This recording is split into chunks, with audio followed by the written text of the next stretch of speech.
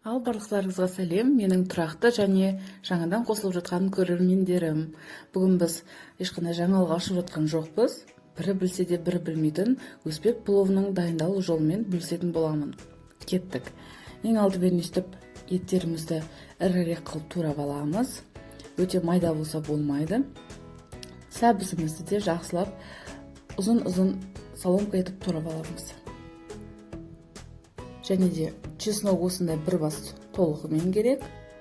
Яғни бүтін чеснок, зира, нут, барлық рецепттер грамдармен жазылған. Тура менікіндей қайталасаңыз 4-5 адамға плов дайын болады.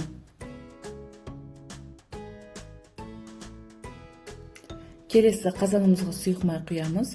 Мен тым қатты майлы пловты ұнатпаймын, сол себептен азырақ қостым. Сұйық май қызғаннан кейін пиязды жақсылап қызарғанша қуырып аламыз.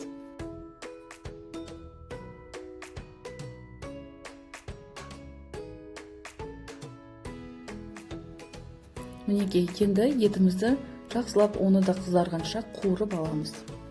Еттен кейін сәбізді де 10 минутқа қуыру керек.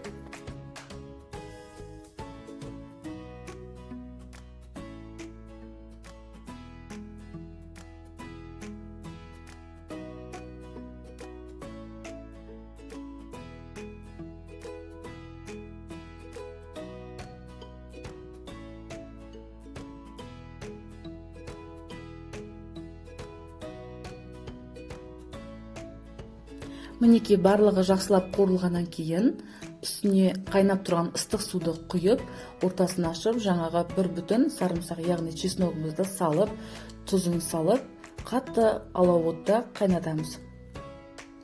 Қатты қайнағаннан кейін отын баяу қоюды ұмытпаңыздар.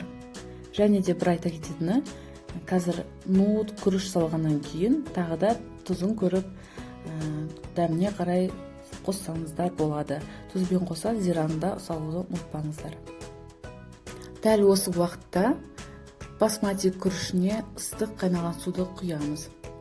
Осылай өзі жуылып шығады, бұны араластыруға болмайды.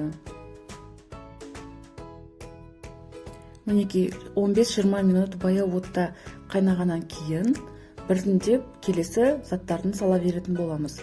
Чеснокты осылай алып алдық, сарымсақты. Сосын нутты осылай саламыз. Нутты мен бір түнге суық суға салып қойған, кейін жуып ыстық суға да салып алдым. Және осының үстіне күріштерімізді біртіндеп салып, үйіп, тағы да 10-15 минутке пісіріп аламыз. Мінекей, дайын, астарыңыз дәмді болсын.